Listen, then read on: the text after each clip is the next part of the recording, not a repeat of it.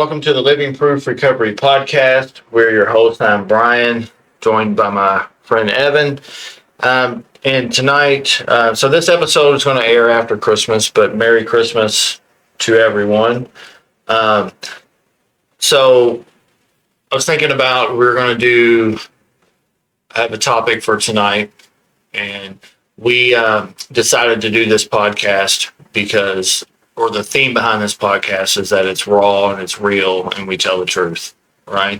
And sometimes early in recovery or even later in recovery, like we don't like hearing the truth sometimes. Yeah. So, for sure. especially when it hits home, because sometimes we think we get arrogant sometimes and we think we've got our shit don't stink and we've got everything figured out. Then when we get hit with the truth, it's like, the reason they say the truth hurts. the truth hurts, right? Truth hurts. So I prepared a list today of some hard truths that we have to hear and accept in recovery, whether we're early in recovery, long-term recovery, or whatever. If we're in recovery, they apply, right? So Right. I figure we just kind of bounce back and forth, and kind of talk about them through our own experience, whether it's our experience or experience we've seen in others in the fellowship or with sponsees, things like that, right? So the first one is that we really don't like is that you are the problem. Yeah. So when you hear that, like you're the problem, Yeah. right? So that one took me quite some time to figure out. Right. Mm-hmm. Several attempts of getting sober. I always thought Oxycontin was the problem, Mm-hmm. or whiskey was the problem. I should just drink beer, or heroin's the problem. If I can just stop doing heroin or meth, whatever it was at the time. So it took me several years and several attempts to finally realize that I was the problem. The drugs and alcohol was just a symptom, Mm-hmm. right? And, that was, once I was able to see that, though, it was pretty easy to accept once I was completely ready to give in for a new way of life, right? But yeah, it took me, several years and years and different attempts to realize that I can't one day go back to just drinking beer, or I can't go back to just smoking weed, that I am the problem and I take me everywhere I go. Right. And no matter what I tried to do, it had to start in here. Yeah. And with a power greater than myself. Mm-hmm. That was what it come down to. Yeah, so this whole thing is an internal thing, right? Mm-hmm. Like we have to search within us. So I had the same thing, right? Like blaming everyone. Oh yeah, it's always my everybody ex-wife, else. I've always got somebody to blame, right? Yeah. Whether it's my ex-wife, my childhood, my boss, the economy, the government, alcohol. It's alcohol's fault. They just didn't make alcohol.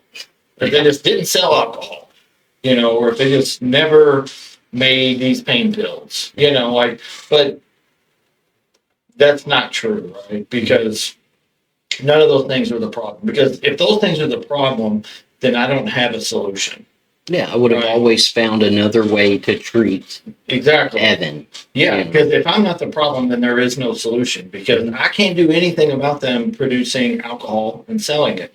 I can't do anything. I can't change my ex-wife. I can't change the government. I can't change my boss. I can get a new boss. I can go work somewhere else, but there's still going to be a boss there. Yeah. Right? So I can't change those. So if I'm not the problem, then there's not a solution. And I ran into that a lot of pointing fingers, always wanting somebody to blame. And I was talking to Joe earlier, and he brought up a good point is that we have to accept our alcoholism. Like that is the hard truth. Learning that I am an alcoholic or a drug addict or a gambling addict or whatever the illness is, right? I have to be able to accept that. And that's a hard pill to swallow. And a lot of us accept that, or we will acknowledge it from a knowledge standpoint, like meant up here. Yeah. But it's a different thing to have it in here. In your heart. Yeah. So there's probably maybe a foot from here to here, but it's a lot further distance than that in reality to get from here to here. Right. And once I could do that, then once I could see the truth, okay, now I can take steps and take actions to doing something about it. But until I could accept that I'm the problem, I've always got somebody to blame. Yeah. And then nothing changes. Because I always looked at it like I was always able to say, yes, I'm an addict and I'm an alcoholic, but what does that mean? What does that mean? And for me, it was like, I can say that, but I still thought that meant drugs and alcohol were my problem. Right. You know what I mean? Based on a half truth. Right. It's not the truth. Yeah. Right. So then if we go into recovery based on a lie, then we're not going to end up with the right solution, because the solution to that is don't do drugs. Right. Don't drink alcohol. And then, but if you take drugs and alcohol away, I'm still fucked up. Yeah. So obviously that wasn't the problem. Right. So I think a lot of people get caught up in that is, if I could, then I did this, right? If I could just get through the detox of these pain pills, Yep. and then I won't have to take them anymore, because I'm only taking them because I have to. Right. Because I don't want to be sick. So if I could just get through the detox, Tried that. once I get through that detox, man, I'm good. Because I know up here, right? I don't want to do this, and I know what happens when I do it. But I would get detoxed, and then I would find myself doing it again. Yeah. Because I'm not dealing with a problem with pain pills. I'm dealing with addiction. It's a difference between alcohol and alcoholism. Yes. Absolutely. Big difference. So, okay. Yeah. So that's and when we talk about these truths, just because if you may be doing some of these things, right? Or and that doesn't mean that you're bad or wrong, or you're doing things wrong. It's just like maybe this just brings light to some things that maybe you need to look at, that maybe we can have a different experience, like just grow. Yeah. All right, number 2, your plan sucks. Right? I've had all the plans, all of them, from detoxing myself at home to, like you had just mentioned, if I can just go somewhere in detox and then I'm good. And, I've tried so many different ways, and even, through AA and NA, and, it was still, I would still work it as my plan. You know what I mean? I might go through the steps, but I'm still going to do it my way. Yes. On my terms and how I see fit, and put in maybe more effort into this step and not this one. And, kind of just pick and choose, and just wanted to do everything my way for so long. And it always brought me back to the same point every time. Yeah, because we're trying to use, so what organ in our body do we use to come up with plans? Do we think my brilliant mind? Our brilliant mind, right? Where the disease is centered. Where the disease is centered, right? So I'm going to use this sick brain of mine to come up with a plan. And every plan I've ever had looks great in my head. Right? Like it's just like, this cannot fail. Yeah. Like I cannot come up with any way to where this is not a legit plan. right? And then I try to carry out the plan because I'm still trying to run the show. I'm still trying to fix, manage, and control. And I don't really know all the facts about myself or the disease of alcoholism, but I'm going to beat it because I know what to do. And what I will do when I come up with a plan, like to a normal person, the plan might make sense because I might come up with some things that make sense logically. But a lot of things that we do in recovery don't make sense logically. Right. So I never come up with a good plan. You know, I have this. Sometimes they don't make sense logically. You know, sometimes it's just like, you're going to do what? Yeah.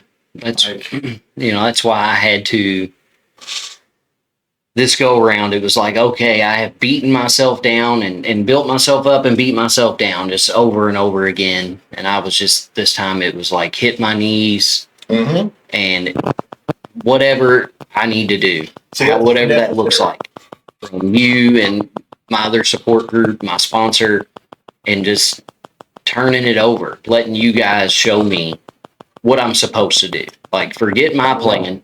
I don't have a plan anymore. Yeah. That was my whole thought process when I got sober this time was, fuck any ideas you have.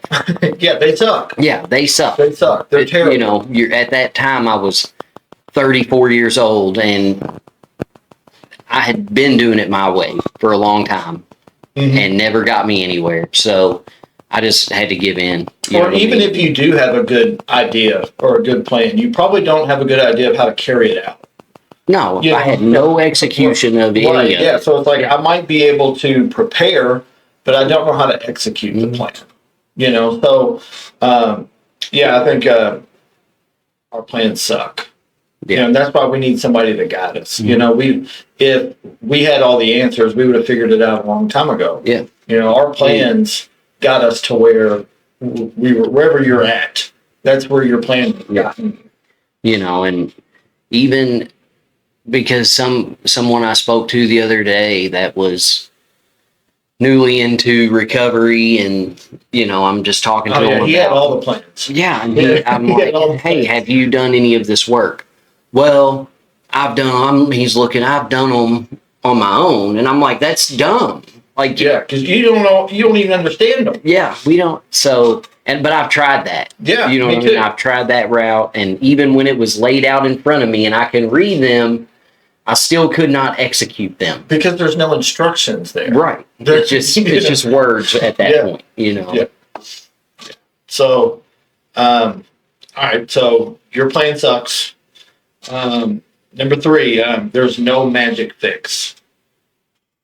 I wish. Yeah, because a lot of times we want instant gratification, right? I want to be better Every time, no matter that comes with no matter what I'm doing in life. I want it right now. Yeah. I want instant gratification immediately. Yeah, I'm looking for a magic fix, a magic pill, some magic scenario, some recipe, something that is just magically going to fix me, or even it could be God, right? Like I expect God to just, okay, you've had enough, you're fixed.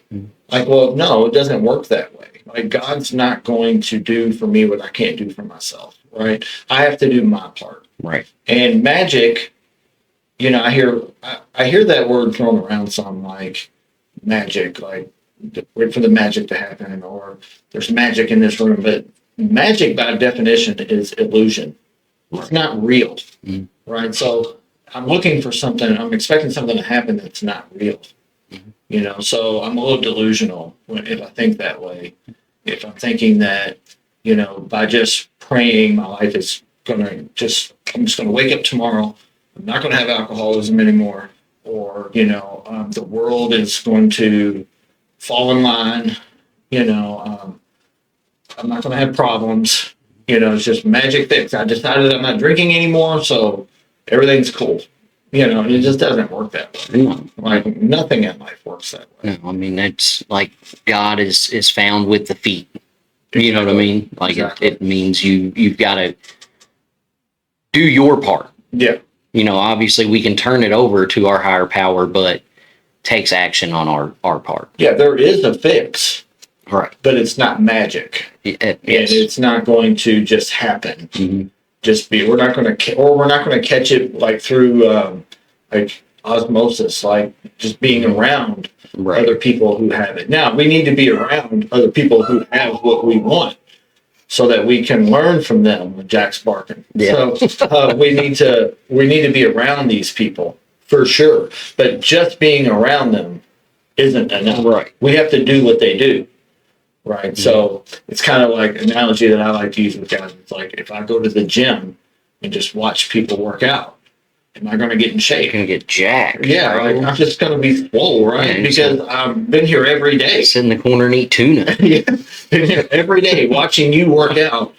It's not going to do anything for me. Even though I'm around people that are achieving what I want to do, until I start doing it, nothing's going to change. Right. All right. This one might hit some people. Number 4, the world doesn't revolve around you. Mine does. Right. Selfish and self-centered to the Right. core. Right. Yeah, that was me completely. You know, and I've got 3 kids and a wife and employers and like some friends, so many people that are there in my life, and for so long, every one of them were on the back burner. Everything was about me first. Mm-hmm. What does Evan need? You know, that's what it was always about, you know, Right. and that's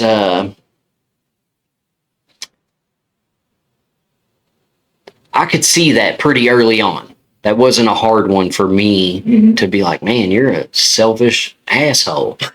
You know, that wasn't hard for me to figure out, because I was like, you know, I knew, even when in active addiction, I knew I was so selfish and self-centered, like that. I wasn't delusional about it, but I had no other choice, because the disease was always calling, Mhm. right? And I had to answer no matter what.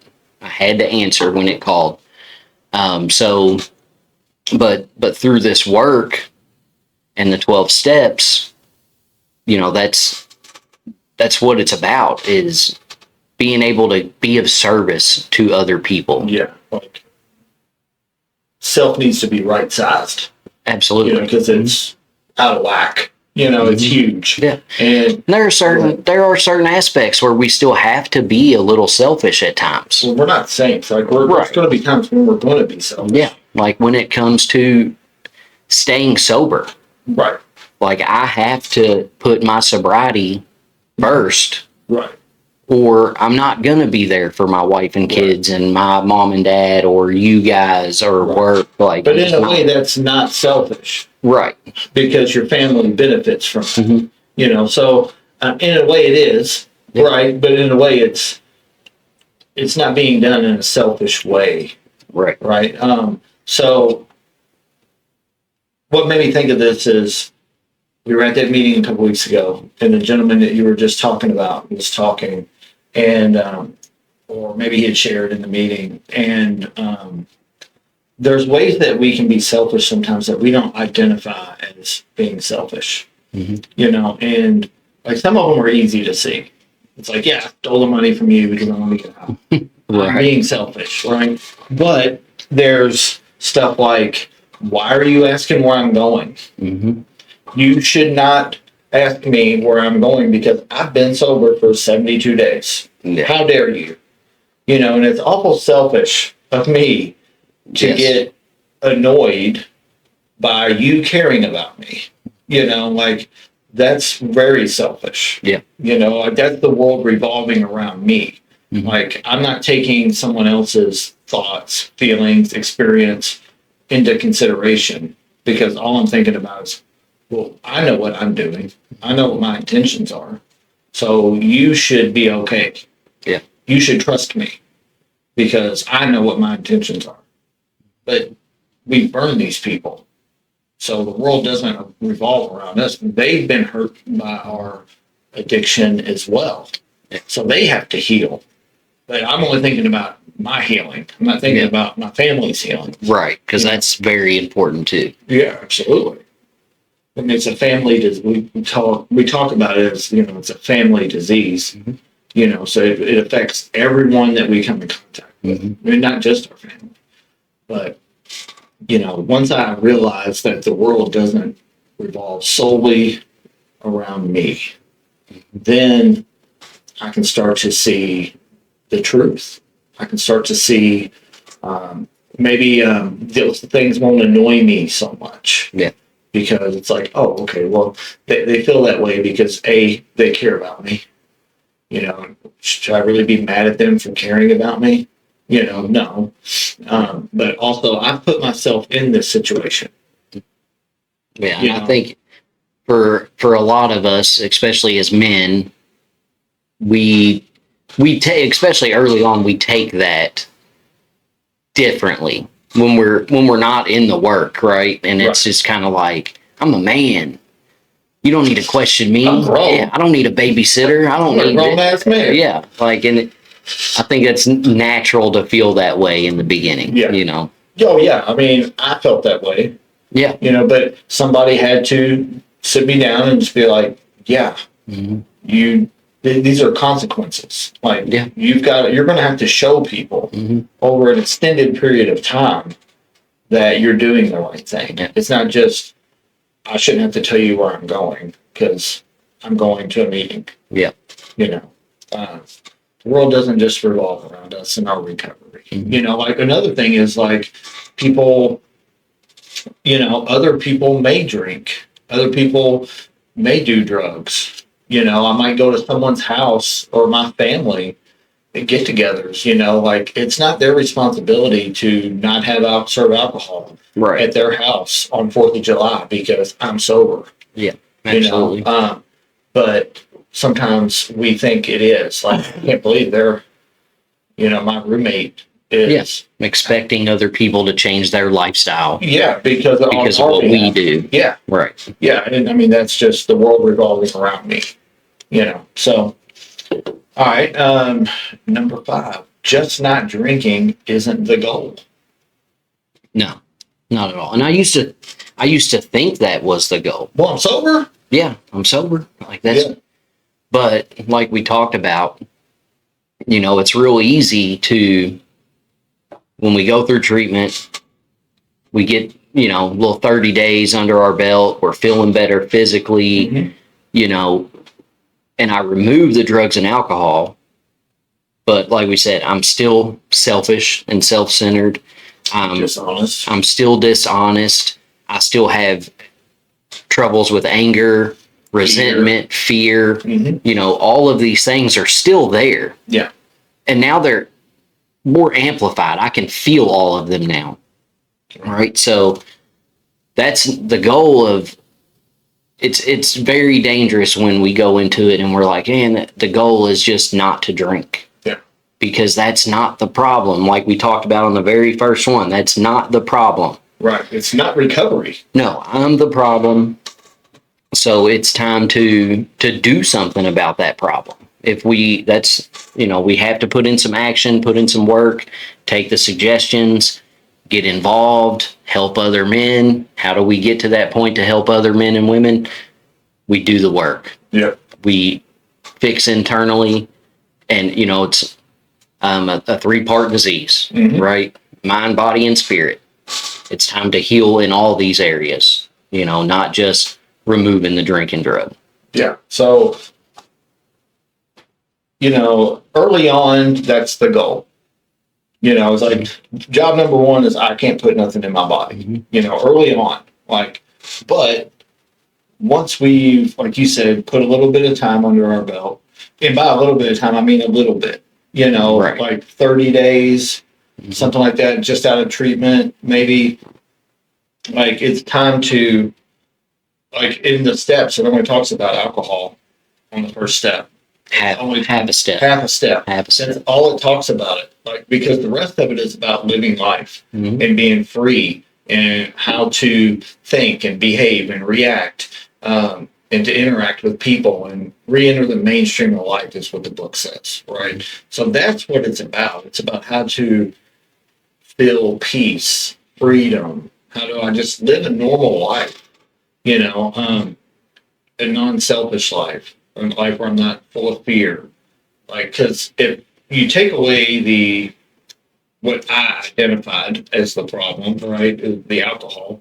I'm not drinking. I'm sober. But I still have all the same issues that I had because I was using that alcohol to fix something. So I haven't fixed anything just by removing the alcohol. I'm not making things worse.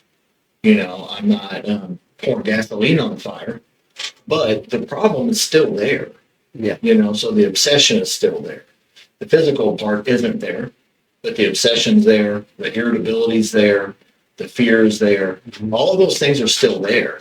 And I can't think of anything worse than just going through life thinking, well, I just didn't drink today. Yeah. Like, that just seems like hell to me. Like, I mean, I've done it, and just being a dry drunk, not being really recovered, but I was abstinent. I didn't drink, but man, like, that's just a really hard way to make it through life. It's Yes. just every day, white knuckling, not drinking. Well, I didn't drink today. It's like, well, that's good. Like, good. I'm glad you didn't drink today, but you flipped your boss off. Right. You cussed your wife out. That's all And like, that's not the goal. Yeah. And from experience, that's all I do is when I'm dry and I'm not doing anything else for my recovery, I'm catching resentments all day, every day. For sure. That's what happens. For sure. Like, it's like Yeah. catching a cold. Yeah. Like, it's just like, I'm getting one today. Yep. Like, Multiple. You can Yeah. write it down, like, book it. Like, I'm getting these today. Yeah. Yeah. So like, so we've established like what the goal is, right? Is to recover, right? So what does it mean to recover? Like, what is recovery? Like, what is the difference between recovery and abstinence? What is the difference? Yeah. Abstinence is obviously not drinking and drugging. Right. Strictly. Like recovery is like we talked about. We're now fixing everything on the inside. Mm-hmm. Right? That's recovery. It's a whole psychic change. Right? The reason I ask, I think a lot of people think they're the same thing. Yeah, but they're not. Right. Yeah. There's a big difference between being dry and being in recovery. Yes. Right? All the way through the 12 steps of peace with God or your higher power, whatever you want to call it, to peace with myself, to peace with others, are maintenance steps, carrying this message to other alcoholics, all of being of service, all of these things. That's recovery. Yeah. Being restored to sanity. Right. It's a complete, having had a spiritual awakening. Mhm. That's the goal. That's recovery. Yeah, A so here's complete another- psychic change. Here's another hard truth that I didn't even write down. You're going to have a psychic change or a spiritual awakening of some sort in order to recover, Yes. right? Yeah. Like, it's not, And I'll even say, whether it's an AA, NA, church, Yeah. wherever, you're going to have that. well, and I know for me personally, when it came to that psychic change, I heard all these stories about people, and it's awesome if it's happened to them. But I've heard all these stories about people on the riverbank, and I'm sitting Oh, there, some white light. and the sun's beaming, and the lights are shining on me, and Right. I just felt the spirit and all this. Like, I never had that. Right. I didn't either. I never had that experience. So when it come to that time when my sponsor and we're going through, and he's asking me about, and I'm like, I don't know if I've ever had that. I've never experienced that. Right. And he's the one that was like, what the fuck are you talking about? Yeah. Idiot. Yeah. It's like, what are you talking about?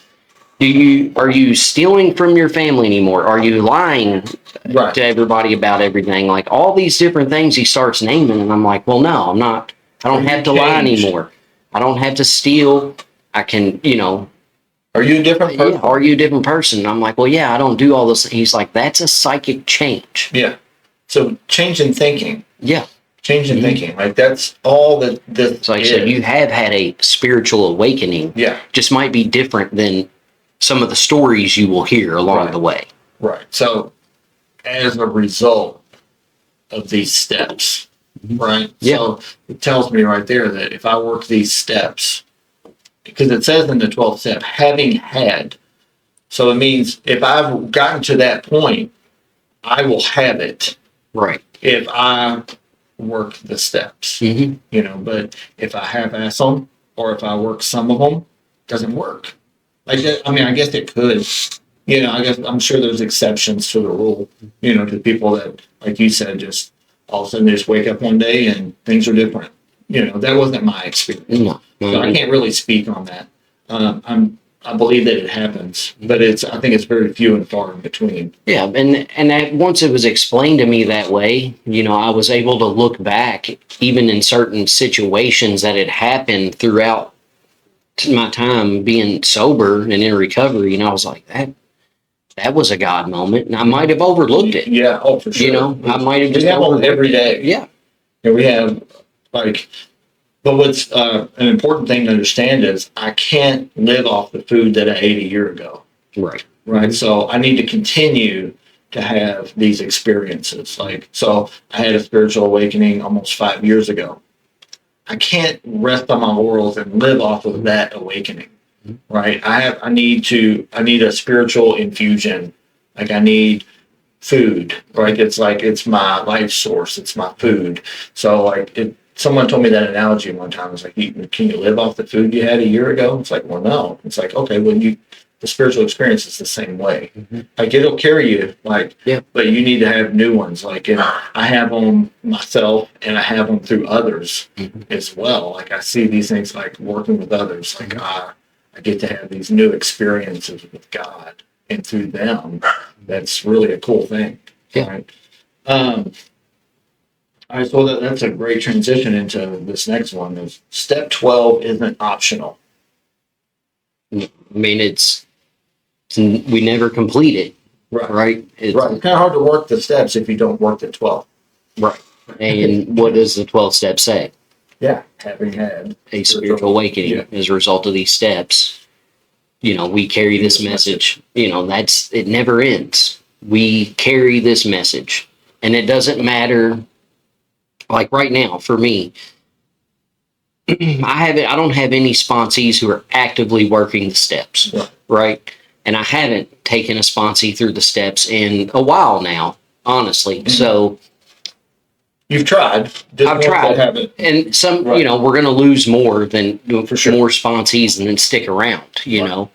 Still here if they ever call. Obviously, I would pick up the phone and help them. But carrying this message doesn't just mean with our sponsees. Right. There's other ways to do it through this podcast, through fellowship and at the meetings with newcomers and other, fellow alcoholics. There's so many different ways to carry this message. Right. So there's a difference between service work and 12-step work, right? Like a lot of times I think some of us use service work as a cop-out of not having to sponsor.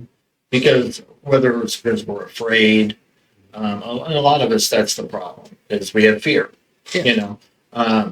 or we're not really actively searching out for a sponsee. We're waiting for them to come to us. Right.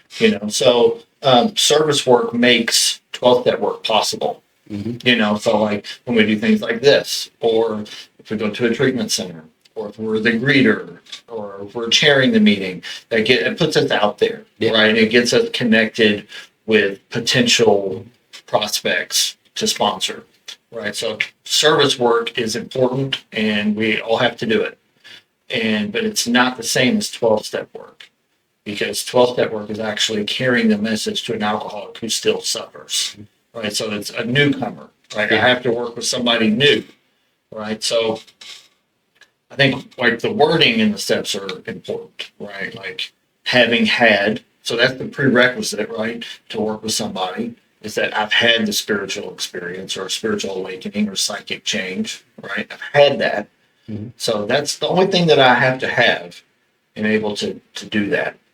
right? And then it says to carry this message. Mhm. That's important too. This message, not my message, Right. the message. Mhm. Well, what's the message? That I've had a spiritual experience as a result of Makes working the sense. steps, right? So now, am I going to carry it differently than you? For sure, Mhm. right? But the message is the same, Right. right? We're carrying the same message. It's just maybe you might carry it in a different way or a different style than Yeah. how I carry it. Yeah. And that's all fine. That's all groovy, right? Like that's cool. But the message isn't supposed to change, Right. right? So I just think the wording in the step is very important. That and it says to carry. The word carry has meaning. Yeah. You know, it's not to sit back and wait. Like I'm supposed to look for these people. I'm supposed to seek out people who need help, Right. not just wait for them to come to me. You know, my my sponsor and I were going to work the steps again Mm-hmm. here at on the start of the beginning of the year, and I probably need to do the same and do it again. right, and I'm looking forward to that too because, like you were just saying, the way we carry the message is different, right? Mhm. So he's been my sponsor for a year and a half now, and we have never worked the steps one on one. Right. We've done step groups, like step study groups together as groups while he was my sponsor. So I'm even interested to see how he does Mhm. it, you know, because everyone does it differently, Right. right? So I'm looking forward to that too. And I think that's good for me as far as still carrying the message and giving back, but I don't have any sponsees that I'm actively taking through the steps. I So, don't either. and I'm going to brush up on some stuff. Yeah. You know, and I'm looking forward to that too. So something that I had thought about doing, and just to for me and for my sponsees, is that having one of them take me through the steps. Yeah. Because it's good practice for them. Like if they don't have any sponsees, okay, well take me through the steps. Mhm. That way, number one, I get a different experience. Yeah. Plus, it helps them.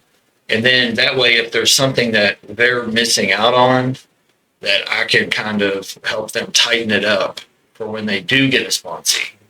You know, so that was something that I was thinking about doing. It's okay, you don't have a sponsee yet, then take me through the steps. That way, when you get one, you know exactly how this works. Like you know how this goes. It's not you're not coming in it brand new.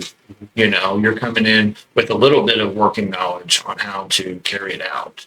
So, yeah, but I probably need to redo as well. Like I probably about once a year is usually about what I like to do. So I'm probably coming up on that as well. I did do it a while back, but we had just all we did was an inventory. I was like when Sean started sponsoring, I was like, I want to go ahead and do another inventory just to kind of get squared away, you know. But you know, I still need to go back and do it again, you know, just to get a new experience. All right, number 7. It is not anyone's job to fix you. Recovery is your responsibility. I mean, It's a hard truth. yeah.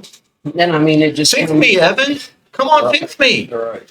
I mean, and it all just boils down to I'm going to get out of this what I put into it. Yep. You know, that's what it boils down to. What am I really willing to put into it? And that's why, like, I'll, you know, when we ask sponsees in the beginning, are you willing to go to any lengths? Mm-hmm. I tell my sponsees, don't answer me. Well, because you know what they're going to say. Yeah. I'm like, no, I don't want you to answer. No one's ever said no. Yeah, don't answer me. You know, Show me. yeah, it's only you know that answer. Right. So you can say, yes, I'm willing, but only you know if you're really Right. willing to go to any length. So, I mean, that's just what it all boils down to. I like to tell them what that entails. Yeah. Like when I ask them, because I'll ask them that, and I know what they're going to say. They're going to say, "Well, yeah, you know, I wouldn't be here if I didn't." I'm like, okay, well, here's what that looks like in reality. Like, you got to do this. You have to do this. You have to do this. You have to do this. And when we set an appointment to meet, you're there, Mhm. right? You're not coming up with some BS excuse, of why you you didn't bring your book. Right. It's I'm like, using it as a TV stand. right? Yeah. I mean, good God. I mean, I've had those conversations where like, okay, make sure you bring your book. I will. And then show up. Oh, I didn't bring my book. Mhm. I didn't think I needed it. It's like, we just had this conversation yesterday, and I told you to bring your book. Yeah. But And that's what that's one of them that always gets me because my backpack typically goes everywhere, Mhm. right? With my books in it. And that's something that, you know, one of my sponsors, my sponsor that I had when I first got sober, he would, hey, we just had a meeting or whatever. And I might not carry the backpack into the meeting with me, right, but I have it. It's there. right, I can grab my book, whatever. And I probably should take it into the meeting, but I do most meetings I go. Not every time, but 90% Right. of the time. but that was one of the things he asked me was, hey, do you have your book? Do you have your books with you? And if I said no, like I remember the first time I said no, I didn't bring anything with me. And he'd be like, well, did you ever go anywhere without your dope? I'm like, that's a good point. That's solid. Solid point. No, Yeah. the answer is no. I I'd be didn't. freaking out. Like, sorry, I have to go back home. Right. Like, I've got to go get So that. why would we go anywhere without our recovery? Yeah. You know? Yeah, it's like going to school without your books. Yeah. It's like, are you going to learn as much? Probably not, because everyone else is going to be reading out of a book, and you're just going to be sitting there Yeah. trying to retain everything, and it's not going to work that way. Yeah, and it doesn't, like I said, it doesn't mean it's just always right here in front of me at all Right. times. But Right. when I need it and I need to find Yeah. the answer, I have it. Yeah. You know. So it's not anyone's job to fix you. Recovery is your responsibility. That kind of makes me think of like, it's not anyone else's job to change. No one else has to change for me to get well. And that's a really good thing to learn, Yeah. right? Because if you're sitting around waiting for other people to change, Mhm. you're going to be sitting around for a while. Absolutely. Because Yeah. not everyone else has a 12-step program. Not everyone else has a relationship with a higher power. Not everyone else even thinks they need to change because their life is okay, Mhm. right? Their lives aren't the ones that are unmanageable. Ours are. Right. So I'm the one that has to change.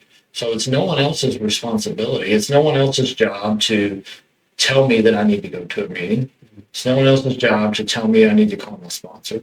It's no one else's job to make sure that I'm doing an inventory or that I'm making amends when I harm somebody or if I'm praying or meditating or whatever, right? It's not their job. It's not my sponsor's job either. Yeah. We're just taking sponsees through the steps. We're relaying the information that we have to them. Yeah. What they do with it is their responsibility. Exactly. We can make this amends list, like you just said. We can make this list, and you can tell your sponsor all about it and all these people you need to make an amends to. But at the end of the day, like, Are you going to make it? right, I can tell you, hey, you need to start making these amends, but it's up to you whether you're going to clean up your shit or not. Right. You know. Well, we did a podcast last week and we had some audio and video issues, so we weren't able to use it. But something that we were talking about is, are you convinced? Mhm. Like, if I'm convinced, then I'm not going to expect someone else to do the work for me, right? And I think sometimes as sponsors, we can get ourselves in trouble and really hurt our sponsees if we're trying to recover for them. Yeah. Because I've had sponsees and I have some sponsees right now that have sponsees that they expect their sponsor to baby them, Mhm. to raise them, to wipe their ass. Yeah, we And- can't want it more than them. Yeah. And it's like, I'm sorry, dude, like this is your responsibility. Like, Mhm. yeah, I'm telling you what you need to do, but whether you do it or not, that's solely on you. It's not, I can't fix you. You know, Yeah. nobody can fix you. You know, you can't fix you. Like that's a hard truth to learn is that I need to have this spiritual awakening left to my own devices. I can't have it. Right. That's why in the second step, you know, so each step properly taken delivers you to the next step. Right. So if in step one, if I've identified the problem, then step two identifies the solution for me. And it lets me know that, hey, I can't do this. Right. No matter what, I'm powerless. So no matter what, I'm going to drink in step one. It's what I always do. It's what I will always do. But if I can depend on something bigger than myself, then I can recover. Yeah. Right. But it's not me. It's not a self-help program. Right. Like I can't help myself. That's the problem. Is that I'm spiritually and morally, mentally bankrupt. I can't help myself. Because that's I what need it. God's help. Yeah. I need your help. Yeah. Like you said, we identify the problem in step one. Step two, we identify the solution. Mhm. Step three, we become willing to Seek the solution. seek that solution and let it in. But then 4, 5, 6, 7, 8, 9, we have to clear that out Yeah. That's to allow the solution to fully come in. exactly. We're that, 4 through 9, that's what's blocking us Mm-hmm. from the solution. Yep. That's blocking us from the spirit. Yeah. So I mean for the most part, that's like recovery in a nutshell, right? As far as the work, because we talk about that a lot on here, right? Like, gotta do the work. So it's probably important that we explain what that means, right? So it doesn't mean going to 90 meetings in 90 days. It doesn't mean writing a gratitude list. It doesn't mean writing my triggers list. Doesn't mean any of those things. Now, like, that doesn't mean that those things aren't tools and that they can't help in the process, right? Or that they're wrong or bad. But those things, alcoholism doesn't respond to a gratitude list. Alcoholism doesn't respond to a triggers list. It only responds to one thing. It responds to power. That's what it responds to. So if I'm powerless, I have to do some work in order to feel some power in my life. And the only way that power can come in is what you were talking about. It's I've identified the problem, I've identified the solution, I've made a decision to seek the solution. And how do I seek it? I seek it in steps 4 through 9 because that clears out all the resentment, the fear, the shame, the guilt, the character defects that a lot of them I don't even know I have. Right. Right. And then I get right with other people. I make restitution. And then through doing all of that, it changes me. And next thing you know, before you know it, I've had a psychic change. Yep. Because I see the world different now. Because I'm not seeing it through a selfish, self-centered view. I'm seeing it through a God-centered view to where, I'm not walking around with all of that baggage. So by doing all of that, then I get that spiritual awakening. And then I maintain it and grow it in steps 10, 11, and 12. Absolutely. So, were you going to say something? No. Okay. Yeah, so the responsibility is ours. Right. Last one I got here, number 8, and it kind of goes to hand in hand with the last one is that victims don't recover. So whether we're a victim early on or we fall back into being a victim, that's a really good way to get sick. Absolutely. That's they talk about victims don't recover, but victimized people recover every day. For sure. Right? There's a difference there. Like Mm-hmm. all of us have had some type of everyone's trauma is different, Mhm. right? Everybody has been through some level of some type of trauma, right? Right. Whether it was family and parents or outside, like whatever it is, Right. some worse than other, but people handle it all differently. Mm-hmm. But if if something happens to me,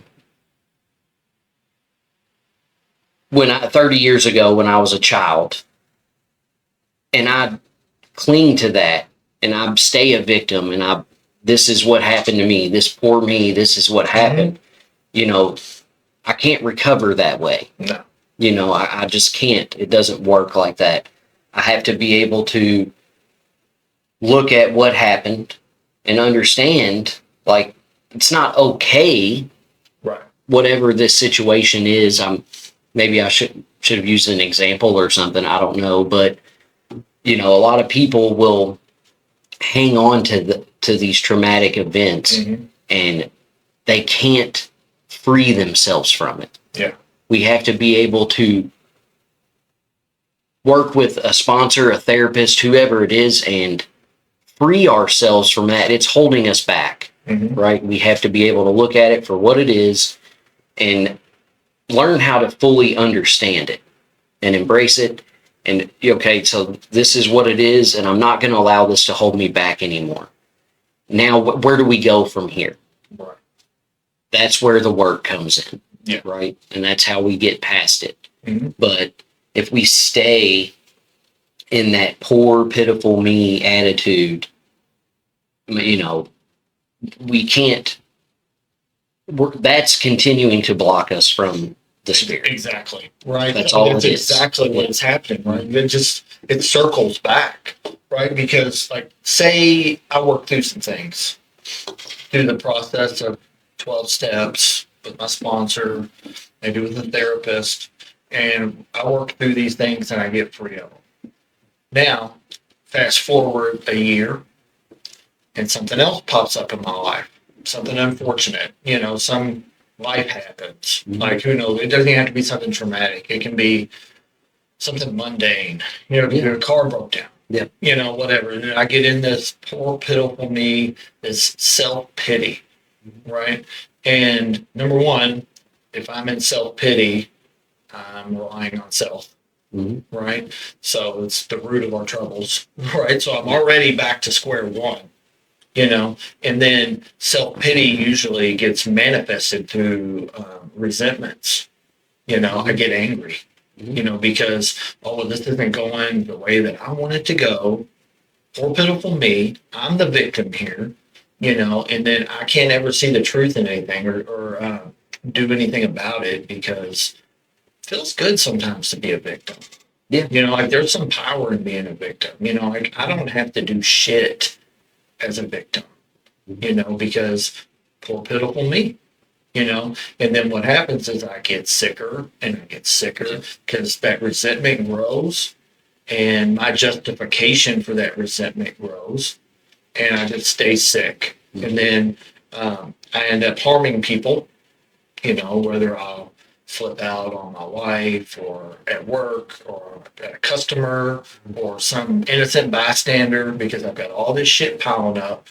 And then the smallest thing, like waking up, happens. I wake up one day and it's just like, I wish a motherfucker would today. Mm-hmm. And then I take that out, and then I get consequences from my behavior, and then poor pitiful me. I can't catch a break. Look at all these things that are piling up in my life. And then I start to blame the fellowship. I start to blame AA. I start to blame God. Like, I start blaming. I start playing that blame game again. Yeah. And here I am. I went full circle back to where I was originally. Mhm. Yeah, I'm not drinking yet. And that's how I justify it. Well, I'm not drinking. Or this recovery thing's bullshit. I see a lot of that. Yeah. I see a lot of it on social media, and it fires me up. Yeah. And I want to say things about it, but I don't because I'm not that person anymore. Mhm. Like, it's none of my business, really. But I see a lot of that because I identify a lot of that because I've lived a lot of that. Mhm. And there's nothing but pain coming from Mhm. having that kind of mindset Yeah. of, I wish somebody would do this, or they won't do that, or they won't do this for me, or it's all self-centered. Yeah. Like, it's just the ways that this shit manifests in our life, Mhm. but we don't see it Yeah. because self can't see self, Mhm. most of the time. So we don't see that we're being selfish and self-centered Absolutely. or full of resentment or self-pity. Yeah. But I'll take everybody else's inventory, Mhm. but not my own. Yeah. So yeah, I think it's a quick road to relapse. Even if it's not a quick road to relapse, it's a quick road to being unhappy. And if Absolutely. we're unhappy in sobriety, what's the point? And then we start. So, just some examples. A victim, right? Yeah. In recovery with multiple years. Cars breaking down. Got to find somewhere to live now. Just life, Yeah. And then we blame fuck AA. AA. Yeah. You all lied to me. Yeah. You all lied to me. But Yeah. that's not the truth, No, right? it's And not. I see that type of stuff. Or no And one here will it- give me a ride to a meeting in 3 months. Right. Or And 3 I'm weeks like, from now. well, so that's playing a victim. Right. Absolutely. So when really you can look at that stuff as like, man, I need to change up my circle. yeah, change up your circle, maybe. Yeah. Or maybe here in a few months when you need that ride, then start asking people. Yeah. I don't know what the hell I'm doing in 3 months. Yeah. Or I 3 don't weeks know. or whatever. It was ridiculous though. Yeah. Or look, it's real easy to, I guess for some people, maybe it's not, but like when you were in active addiction, did you have $1,000 to pay for your car that broke down? Right. I damn sure didn't. Right. No. Well, It's all about perspective. the promises, they lied to me. Yeah. Because talk about economic insecurities will leave us. Doesn't mean you're going to be rich, Yeah. but you're still playing a victim because you haven't struck it rich just because you got sober. Yeah. All those things. That's what came through my mind listening. Mine too. to you And that's talk. where I was going, and Yeah. I'm taking other people's inventory. Like let's be real, like Yeah. I am and everything, but But I've been there too. I have I've too. done that. And like I'm not saying that these people are bad or anything like that, but it's just like I can see it today. Like Yeah. I can see it for what it is, and it's like I know you're struggling. I know you're frustrated. I get it, right? But blaming other people or other groups is not going to help you. It's not doing anyone any good. Right. So that doesn't mean like I don't have times in my life where I'm like, or I don't get frustrated because I do. But I don't take it to, I have a responsibility.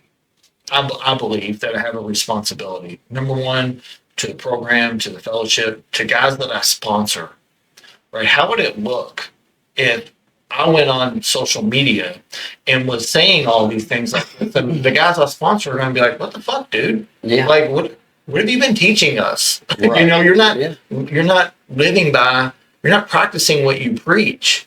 Like now, if I need some things that I need to vent about, I might call my sponsor, or me and you might have a private conversation, Right. and then 9 times out of 10 through that process, I see the truth, and I'm like, okay, I'm kind of being petty right now, because I was talking to Joe today about something and about a resentment that I had a few days ago, and I told him I was like, dude, after we talked about it for a minute, I was like, I know how this sounds. It's like it sounds ridiculous because I'm being petty and I'm placing expectations on people, and we were just talking about it. He was like, yeah, like that's what we do. And I was like, yeah. I'm thinking like, so I get like having frustrations and, resentments and things like that, but do something with them. It's like, I think that's where the difference between how do I say it? The knowers and the doers, right? Yeah. Like there's a big difference between knowing and doing, right? Like, so kind of like the same difference of being in the fellowship or in the program. It's like, I think you see a lot of meeting-based sobriety. People do that, because they don't necessarily have the program to fall back on. Right. They don't have the program of action. It's kind of like being on a submarine or in a submarine. It's like when it goes for a dive, you're going to find out if you're on it or in it. You know, like there's a big difference there. Because life's coming no matter what. Yeah. So how are we going to respond to it today? Yeah. You know, Yeah. we can panic and blame everyone and play the victim card, and it's easier. It is. That's what I'm saying. There's Easy. power in that. Like Yeah. it's easy. Like it's just like that. It's the easy way Blame out is to see all the negative sides of life, and but for a lot of us, that's how we lived for so long. Yeah. That's why it's so important to And how's it working? right. You know. That's why it's so important to do the work, have the psychic change, carry the message to other alcoholics and addicts. Like it's so important. That way when life shows up, we are properly equipped to handle those situations. This is where the point that I was making earlier about living off the food I ate a year ago. Yeah. Right. Because some of these people may have done the work Mhm. and had that change. But if you don't maintain and grow, then when life happens, you've slid backwards. Right. So if you haven't been maintaining it, or at the very least maintaining it, Mhm. right? We want to grow. But if we haven't at least been maintaining it, when something pops up, we've slid back. So we don't know how to. We're on autopilot. Yeah. We don't. These people aren't bad people, right? They're reacting the only way they know how, right? They're reacting in a way that is, how do I say it?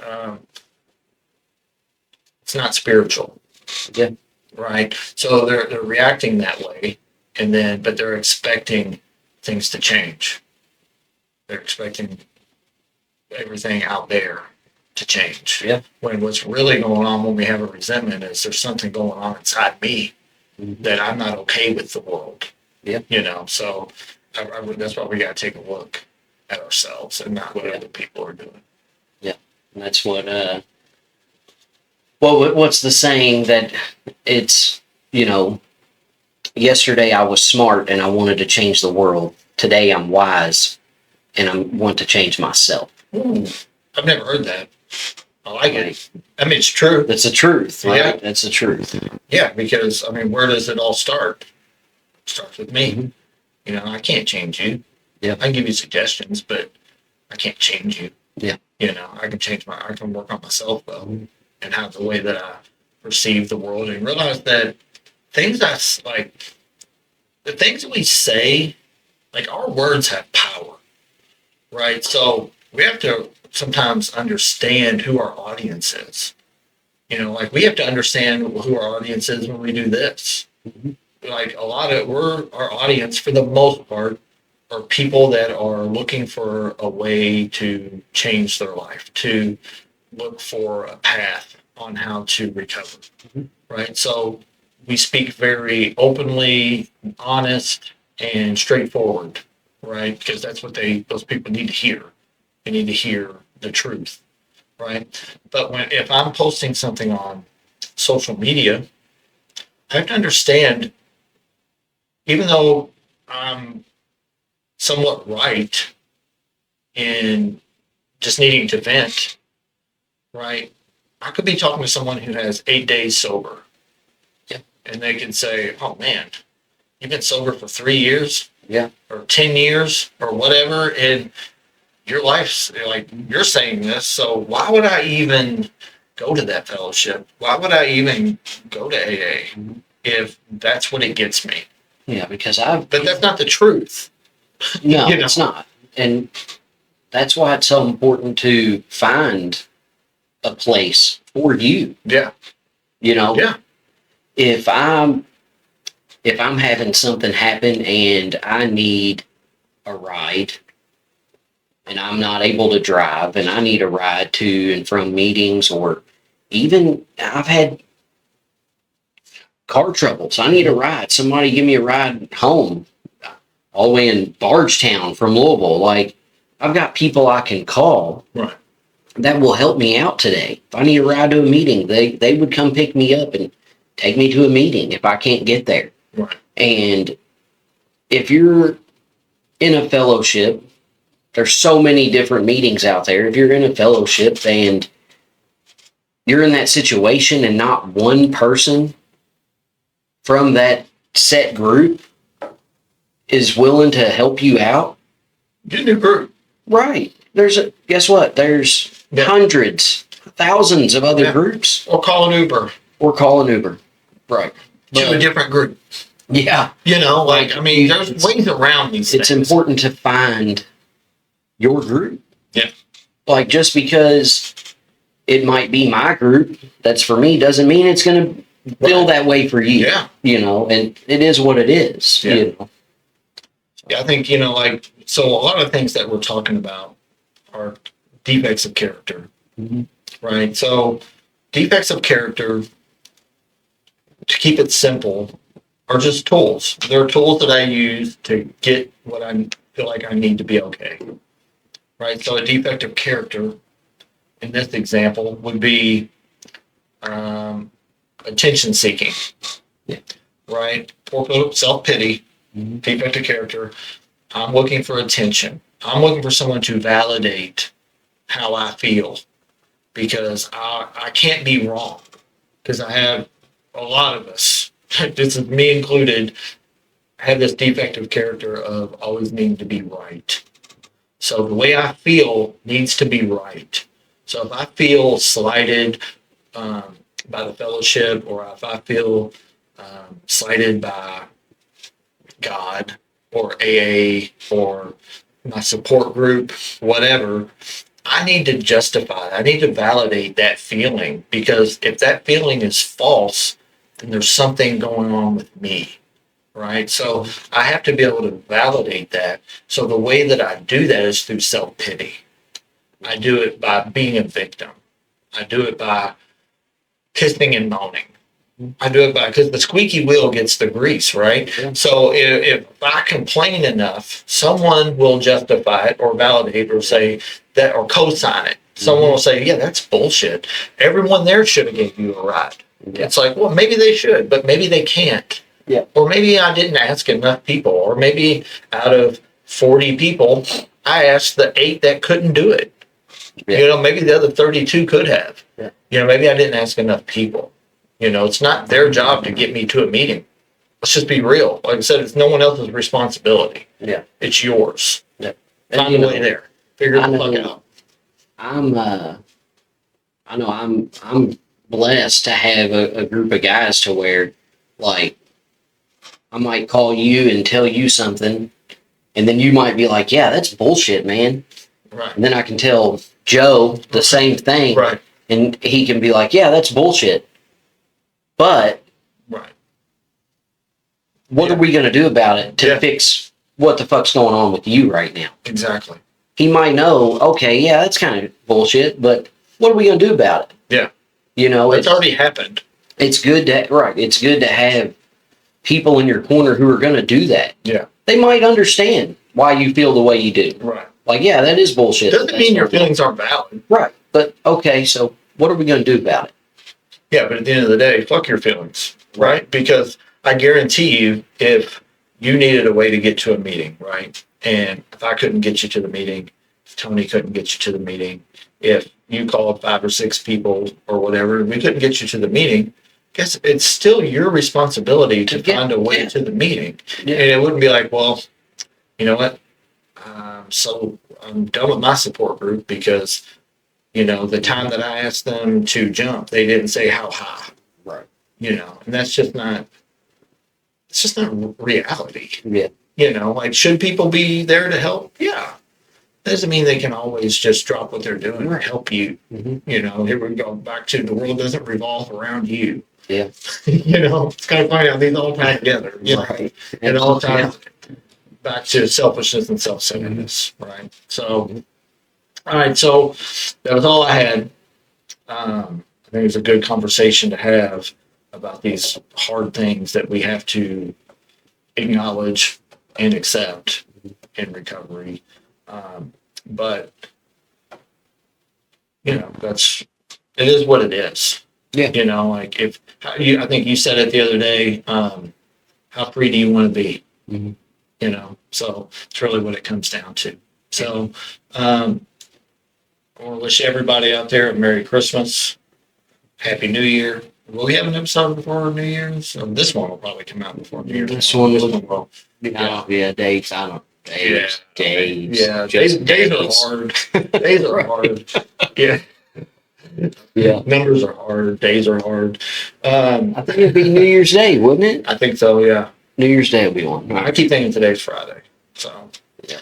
But anyways, so yeah, reach out if you guys need help, whether it's to us or anyone in your support group. So give us a like, comment, subscribe, follow, all the good stuff that helps us continue to put more unedited, raw content out there.